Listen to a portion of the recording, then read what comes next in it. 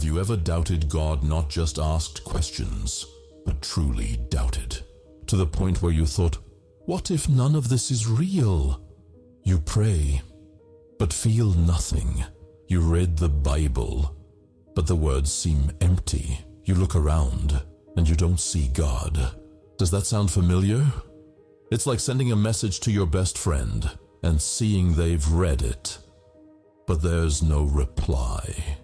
You wait, but all you get is silence.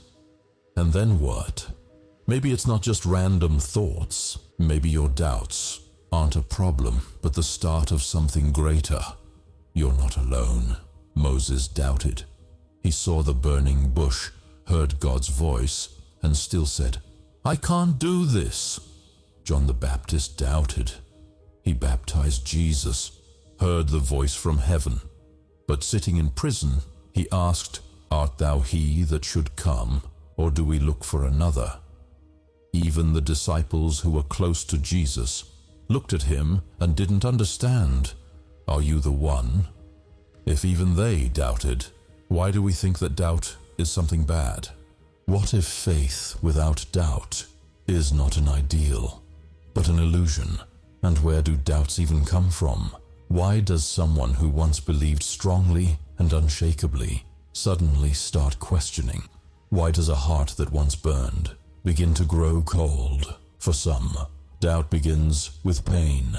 You pray, but God is silent. You ask, but all you hear is silence. You believe He is good, but then why is there so much suffering around? It feels like shouting into the void. You wait for at least an echo, but there's nothing. Remember Job, a man who lost everything. He was righteous. He feared God, but he found himself at the bottom of suffering. And there he cries out, Oh, that I knew where I might find him, that I might come even to his seat. He spoke, but all he heard was silence. Have you ever felt the same way? For some, doubt comes from the mind. You study science, read philosophers, and stumble upon questions with no simple answers. You look at the stars and wonder, do I have any reason to believe? Blaise Pascal, theologian and scientist, said, Faith has its reasons, which reason knows nothing of. And many great scientists were believers. But faith is not mathematics. There will always be room for mystery. And some doubt, simply because they feel nothing. Believers around you talk about God's presence, about miracles, about peace in their hearts. And you feel none of it. Is there something wrong with you? But remember Psalm 42. Why art thou cast down, O my soul? And why art thou disquieted within me? Even David went through seasons of spiritual emptiness. Faith is not an emotion. It doesn't live in feelings, but in the decision to trust. Augustine said, Faith is not the absence of questions, but a constant pursuit of truth. Augustine himself walked the path from skeptic to believer. Martin Luther warned, doubt is the devil's weapon. But you know what's interesting? Even Luther struggled with doubt. He wrote, I doubt because I live by faith. Charles Spurgeon admitted, I have doubted 1,000 times, but still held on to Christ. If even the greatest preachers doubted, why do we think that doubt makes us bad Christians? Modern Christian leaders say, faith is a journey where doubts are inevitable. Tim Keller once said, doubts are not the end of faith, but its development. And here's what Pastor John Piper says, God uses our doubts to lead us to a deeper faith. The main question, why are doubts a part of faith? If faith were something obvious, it wouldn't exist. If God immediately answered every question, trust would lose its meaning. Doubt is not a sign of weakness. It's part of the journey. But what do you do when doubts fill your heart? How do you get through this moment? What if doubts don't just visit you, but start to take over? When they become stronger than faith and overshadow the light of hope. You pray, but it feels like an empty ritual. You listen to sermons, but they don't touch your heart. You read the Bible, but the words seem to lose their meaning. Doubts are not just questions. Sometimes they turn into an abyss, where it feels like God isn't there, and you're falling. Have you ever felt that? Or maybe doubt is like the night. You can't see the road. You don't know where to go. But the darkest hour is just before the dawn. Maybe your doubts are just a night that will pass. Now let's look at the stories of those who went through this. When we talk about a crisis of faith, one of the first names that comes to mind is Job, a man who lost everything in a single day. His family, his wealth, his health. His friends said, "This is God punishing you." His wife said, "Curse God and die." Job prayed, but God was silent. He cried out, "Where is God? Why has he abandoned me?" But there was no answer. He didn't know that behind his suffering there was a great battle. He couldn't see it, but God was near. What if doubt isn't a sign of weakness, but an invitation to know God more deeply? Let's talk about those who have already walked through a crisis of faith. Take Elijah, for example, a prophet who once wanted to die.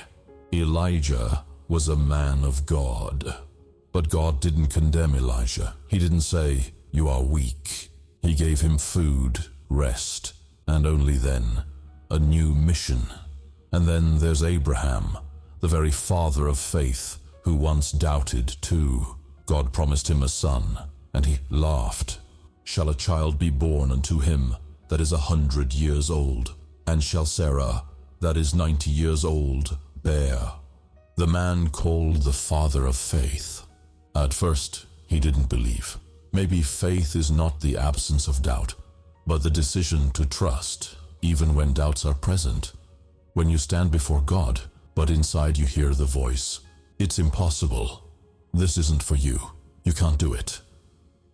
Gideon, a man who didn't even believe in his own calling. When God called him, Gideon doubted and asked for a sign, and God gave him an answer, but not right away. Gideon needed 2 signs to be convinced. Maybe he was afraid to make a mistake, or wasn't sure he was worthy. But God did not reject him. He didn't say, "You are not worthy." He gave him what he needed to believe. Or do you feel like you're not good enough for God? That your strength and faith aren't enough? You know, Peter went through this too. This disciple once denied Jesus, and it was his deepest moment of doubt. He saw miracles. He walked on water. He heard the teachings. But in the crucial moment, he was afraid. "I do not know the man," he said 3 times. Jesus looked at him, and in that moment, the rooster crowed. In that second, Peter realized he had lost not only his teacher, but also his faith in himself. If even such people doubted, then why should we be afraid of our own questions? Maybe our doubts aren't a weakness, but a step toward true faith. Now imagine his fear.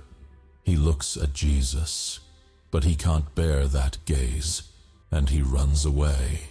Doubts come in different forms.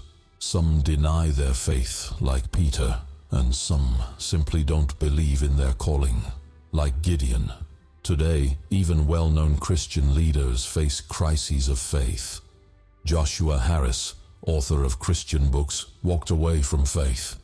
Charles Templeton, a partner of Billy Graham, turned away from Christianity. But before his death, he said, "I miss Jesus." But not everyone who doubted left the faith. Some found their way to God through their doubts. Take C.S. Lewis, for example, the author of The Chronicles of Narnia. He wasn't just searching. He started as a convinced atheist.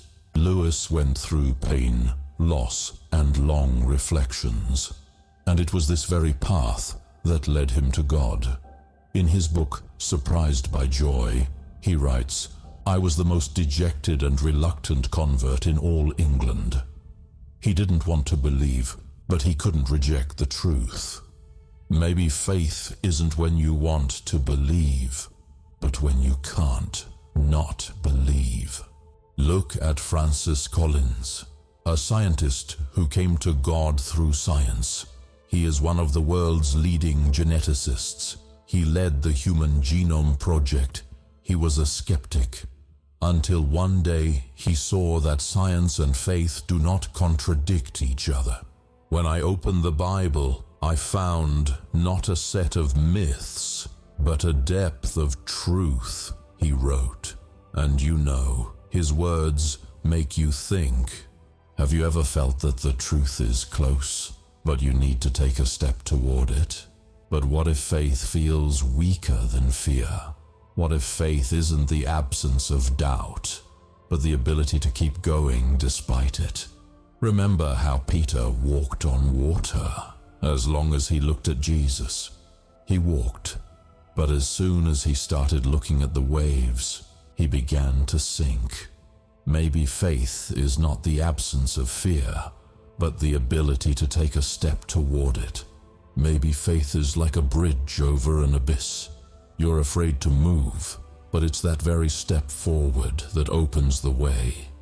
After all, those we've talked about, they doubted too.